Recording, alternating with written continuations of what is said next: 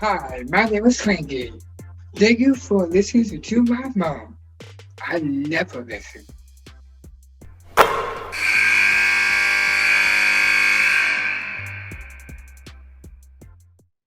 How about this? The head coach of St. Joe's, Cindy Griffin, who's been around Philly and St. Joe's and basketball in that incredible hotbed of great coaches for a long time. Cindy, thank you so much for not just being on the podcast, for being a friend of Nothing But Net and my personal friend as well.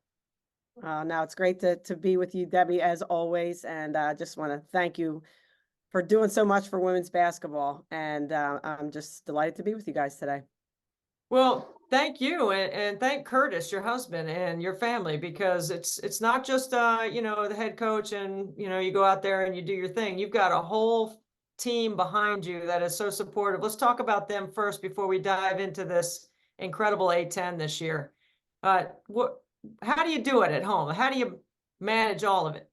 Well, like you said, I have an incredible support staff with my husband being the number one. We just got a puppy, Deb. I mean, I don't know, way to throw something more into the fire, but um, but yeah, little Rue. We have a Portuguese water dog, so she's keeping Curtis company while I'm running around.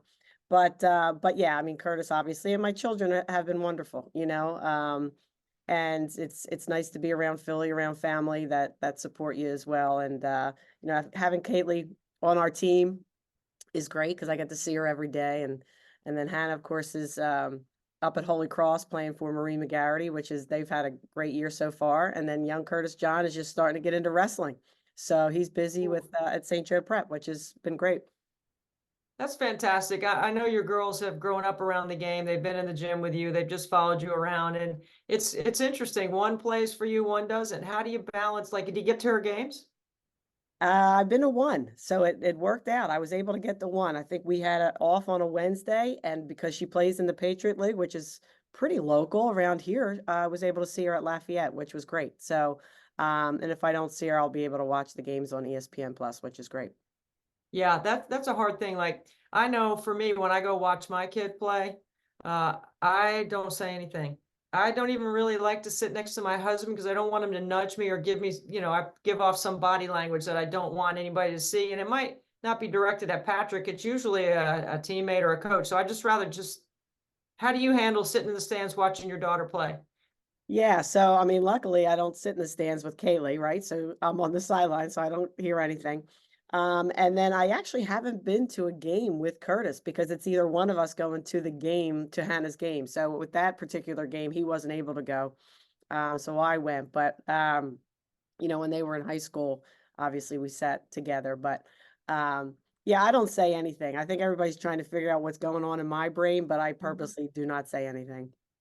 That's the way I am too. I don't want to say, I don't even cheer because I don't want to look like I'm cheering for certain things and not for other things. So I just try to keep quiet and stay to myself. And I don't really like sitting with the other parents that much either because I don't want anybody to say anything to me. I just don't want them to ask me anything about what's going on or whatever. So that is an interesting concept about coaches, parents watching their own kids in the stands, because I know there's some parents that do the opposite. They're very active, very involved, and very much cheering on the teams, and that's fine. I just choose not to do it.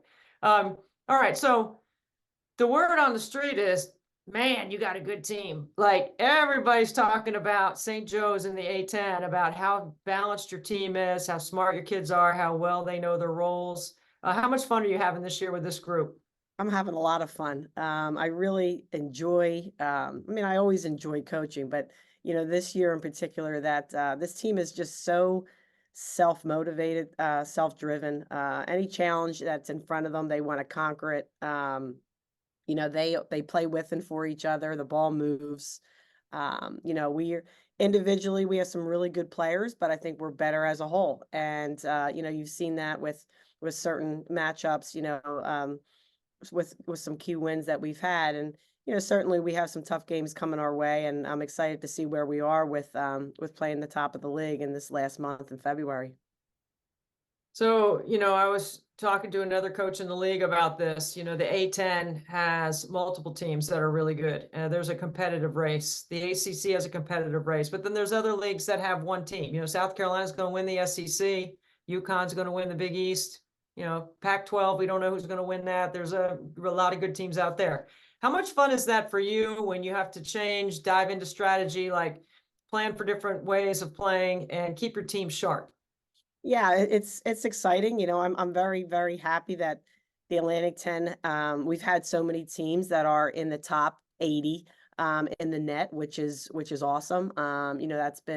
We've been kind of up and down in that area, but that on any given night, and I think you see it nationally, on any given night, you've got to be ready to compete and to continue your strong resume, if you will. But it's just exciting. Like, we're going to go into George Mason tomorrow night or Thursday night, and they've had an unbelievable year as well. And that to me is like, okay, well, this is the top of the league. Let's see where we are in this early February game. But it's just exciting. We have great coaches, we have terrific players, and good people. And I think that represents the Atlantic 10 the best that we've had in a long time. I think that represents St. Joe's. That's the way I feel about St. Joe's, for the history, the number of incredible Hall of Famers that have been through St. Joe's, that have started their coaching career there or played there, and you keep carrying that legacy on. It's not like something you think about every day, but there's times you could probably glance in the rafters and see some things up there that are really motivating to keep it at a high level. Is that how you see it?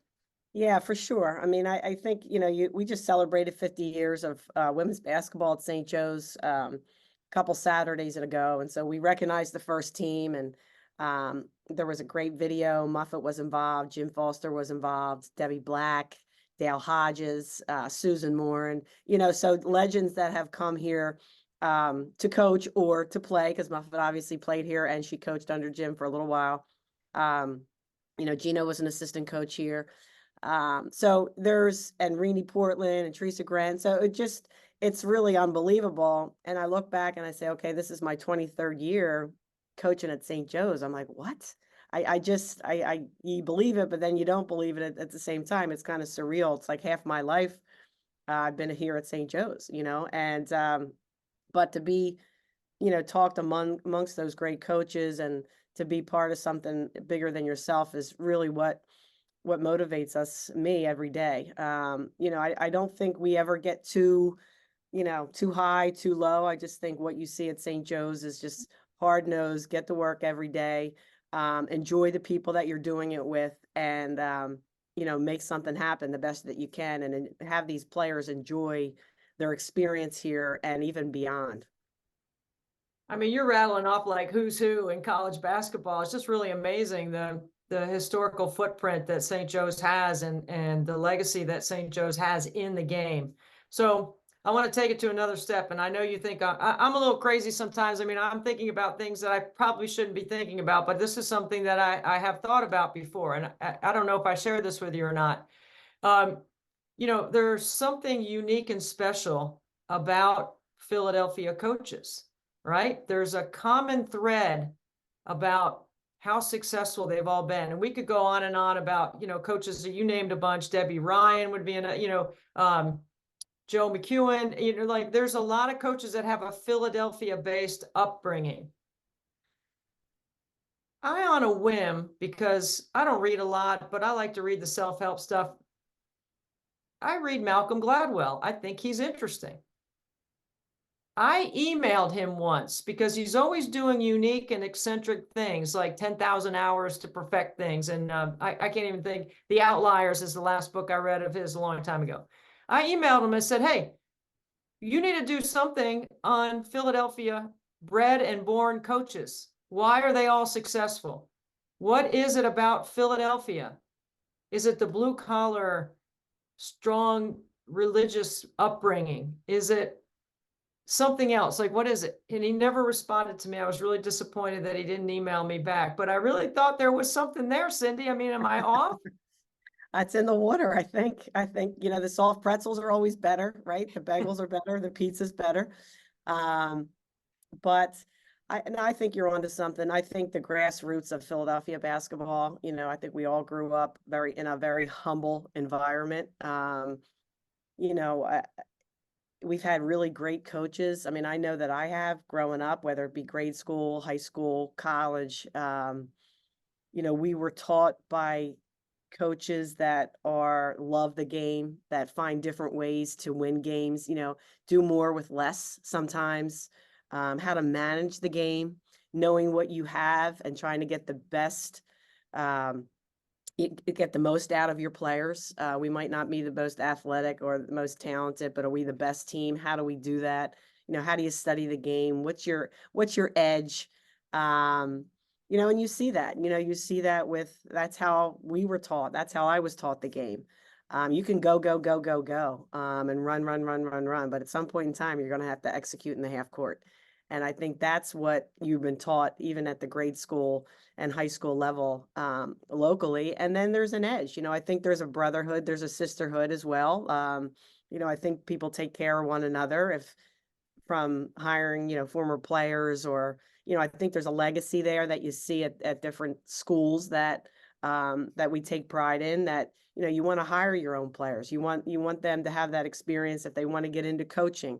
There's a loyalty there. And I think that goes a long way, as much as knowing the game. And again, I think the foundation, just, the grassroots is really strong here in Philly. And you talk on the men's side with, John Chaney or Jack McKinney, Jack Ramsey. I mean, it goes on and on and on. Yeah, I mean, it's pretty fascinating. I hope someone that is listening or watching knows Malcolm Gladwell and will give an effort like I did, see if we can figure this out, because I think there might be something there.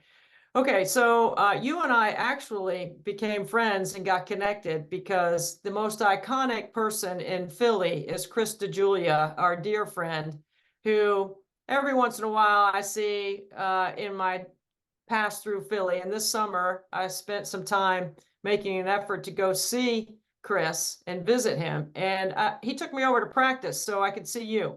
And we had a great time. Of course, Don is a longtime athletic director at St. Joe's and a dear friend as well. How's Chris doing? Like, I can't have a conversation with you without Chris's name coming up. Yeah. Chris is doing well. We haven't seen him as much as we usually see him.